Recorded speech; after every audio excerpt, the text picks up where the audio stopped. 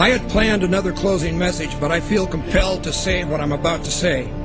Now, I risk sounding like a conspiracy theorist, but it's no longer a theory. What I'm about to say is fact. The secret organizations of the world power elite are no longer secret. They have planned and are now leading us into a one-world communist government.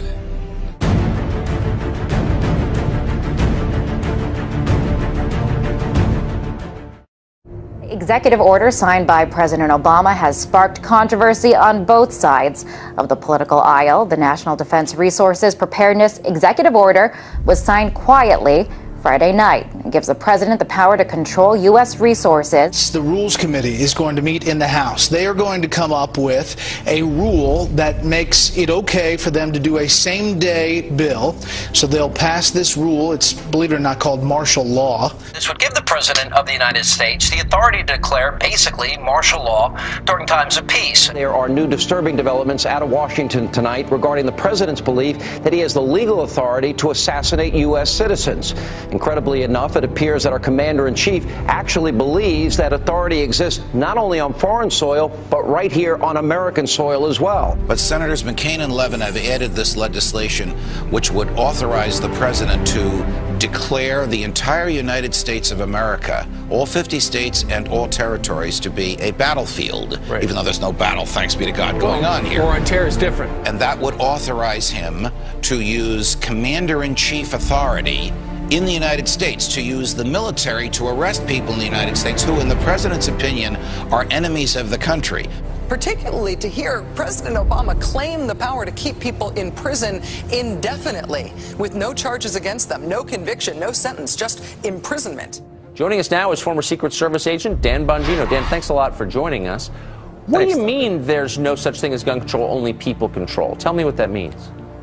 Tucker, this is larger ideological ploy by this administration. They're not being authentic with America, whether it's the sequester, healthcare, or the gun control issue. What they do is they manipulate an emotional crisis, a national emotional crisis, to further an ideological agenda which involves the evaporation, the slow disintegration of your civil rights, your liberties, your ability to live and let live. And it's a disturbing pattern that, frankly, is really starting to get under my skin. The US is funneling money into tracking systems that are threatening to make the very concept of privacy a thing of the past.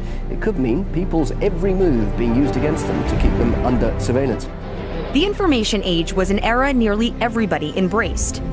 But today's surveillance age, experts say, is a reality almost no one can escape. David, why does the DHS need 450 million hollow point bullets? That kind of ammo that they purchased from ATK, hollow point ammunition, as you had explained, it's designed to, tear through human flesh and then expand. It's designed to kill people. This is not the optimal kind of ammo you would buy for target practice. It's more expensive and it's more precise. Do you think this is a sign that they're preparing for some sort of mass civil unrest? So they have an open bid right now, DHS, for even more ammunition, for 175 million rounds of .223 caliber rifle ammo. It's almost identical to the ammunition used by NATO peacekeeping forces. So that's very interesting. Are they planning on some kind of widespread economic unrest in the U.S.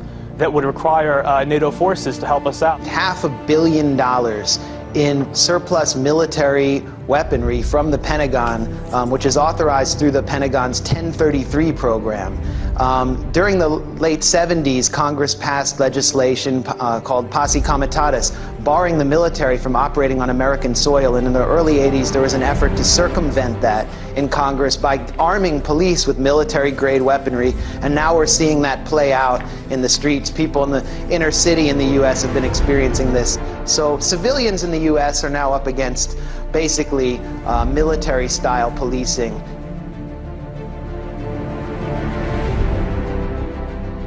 The battle against terrorism involves all of us.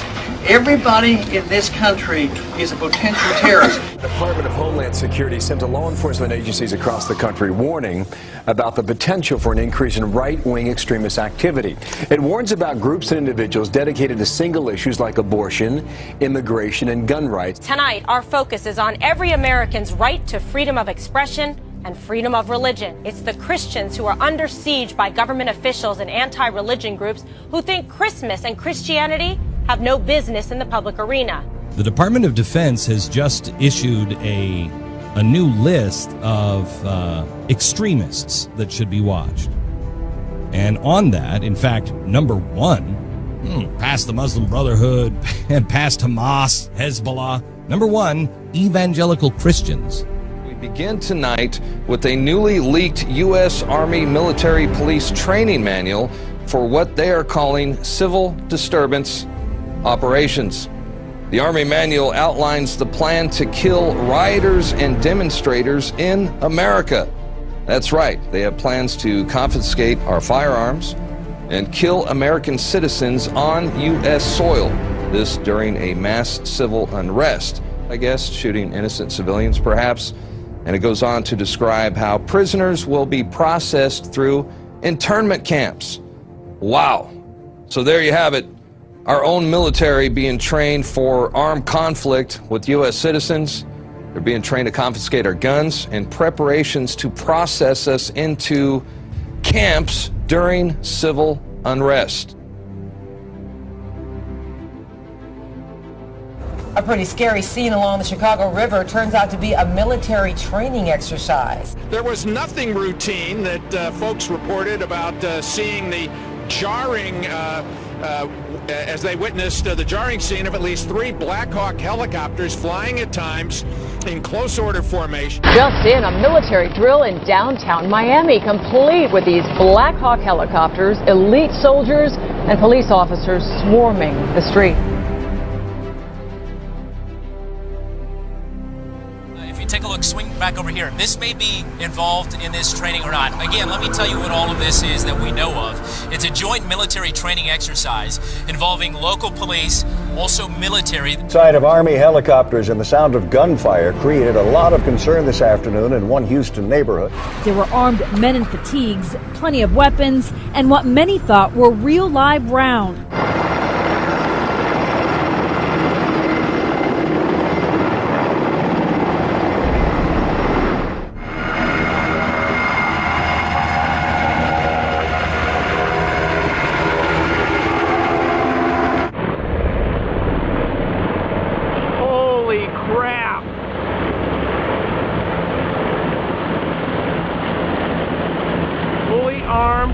I told you they were coming. There's no lights on them.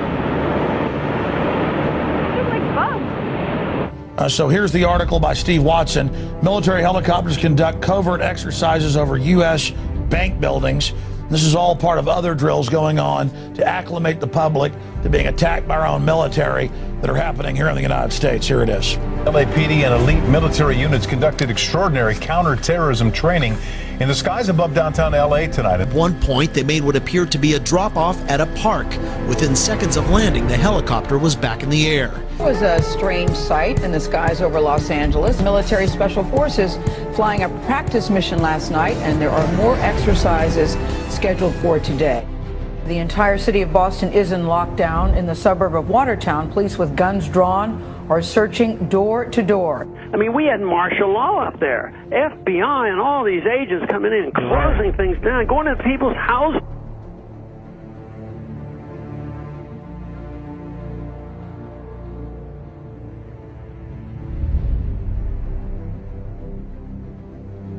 Mr. President, I do want to get right to the news of this week. Sure. The terrorism in Boston. Yeah. Many people have wondered if it took you right back to 9/11 when you heard it. Well, at first, I was deeply concerned that there might have been a organized plot. I don't know all the facts. I don't think we all know all the facts, but I was deeply concerned that this could have been another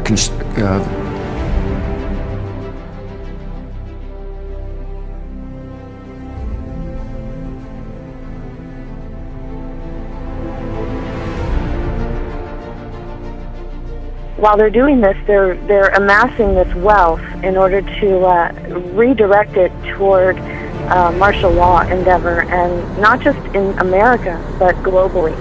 They want to lock down every country. and force us into global governance, eventually force us into a global reserve currency that is like the Bancor that the IMF has been pushing.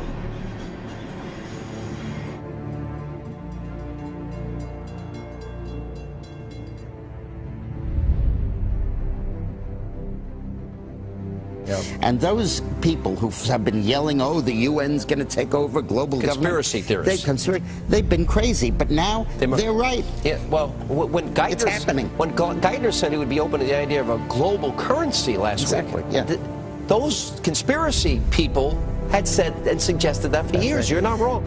And when massive foreign trade deals are made, they are done in U.S. dollars, which serves as the world's reserve currency. Now the UN is backing a plan to change all of that and create a new global currency. There is a global meltdown coming. It is a global depression, and one world currency and one world financial system is the end game.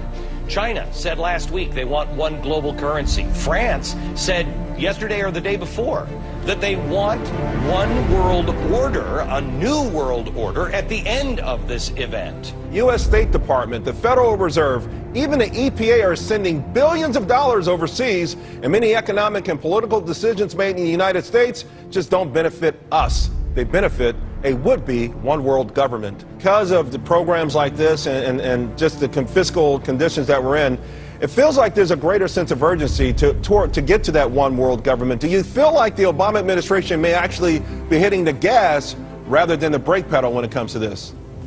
To answer your question, absolutely. I think Obama's got his foot on the gas pedal and is going full speed ahead with taking us towards a global government.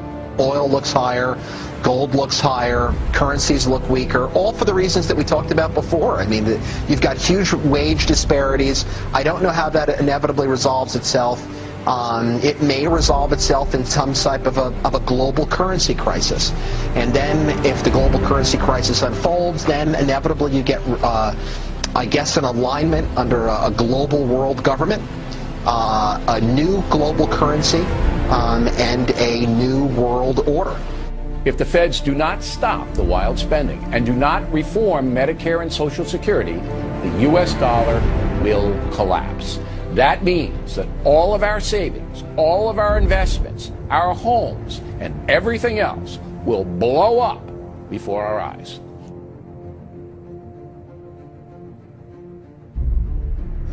This morning on Today's Health, a computer chip that could be implanted under your skin so doctors can quickly access your medical records. Explain to me briefly what the VeriChip is and what it is supposed to do. VeriChip is a tiny miniaturized RFID, or radio frequency identification microchip. It's 11 millimeters by 1 millimeter. It's about the size of a grain of rice. Well, we've got one sitting there by a penny to give us a little perspective of the size. Very Correct. Tiny. You implant it under the skin how? It gets injected, just like getting a shot of penicillin or any medicine that you would get in a doctor's office. It goes in the upper right arm. Implantable human chips. Supporters hail the technology as a medical marvel. You have one in your arm right now. That's correct. Where is it? It's in the upper right arm. It's a simple injection process. Finally from us this evening, technology on the cutting edge. We were interested today to hear that more than 100 law enforcement officials in Mexico are having microchips implanted in their arms. The chips allow a person to be scanned.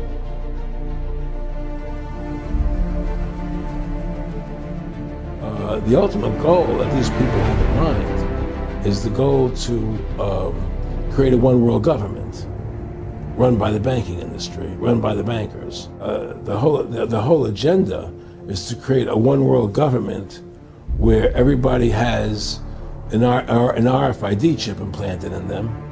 All money is to be in those chips, right? There'll be no more cash. If you're like me or you, and you're protesting what they're doing, they can just turn off your chip, and you have nothing. You can't buy food. You can't do anything. It's total control of the people. And that chip's connected to a database that has your purchasing records, what you do, what everything, you sell. Everything is in there, you know? And so they want a one world government controlled by them, everybody being chipped, all your money in those chips, and they control the chips, and they control people, and you become a slave, you become a serf to these people. That's their goal. Okay, look, the CIA has done in this country, what they've done to us is unbelievable. Look at the terrorist acts that have occurred. The CIA behind most, if not all of them. And now with the Twin Towers, World Trade Center episode, our Congress is now proposing further restrictions on our constitutional rights and civil liberties. These explosions, these terrorist acts, were an excuse to pass anti-terrorism legislation. And then to implement. And then to yes. And this is what's happening in the world today. And that's why our intelligence people are not only knew about in advance, but probably involved. There's no question. I met Rockefeller through a female attorney I knew. He's the one who told me 11 months before 9/11 ever happened that there was going to be an event.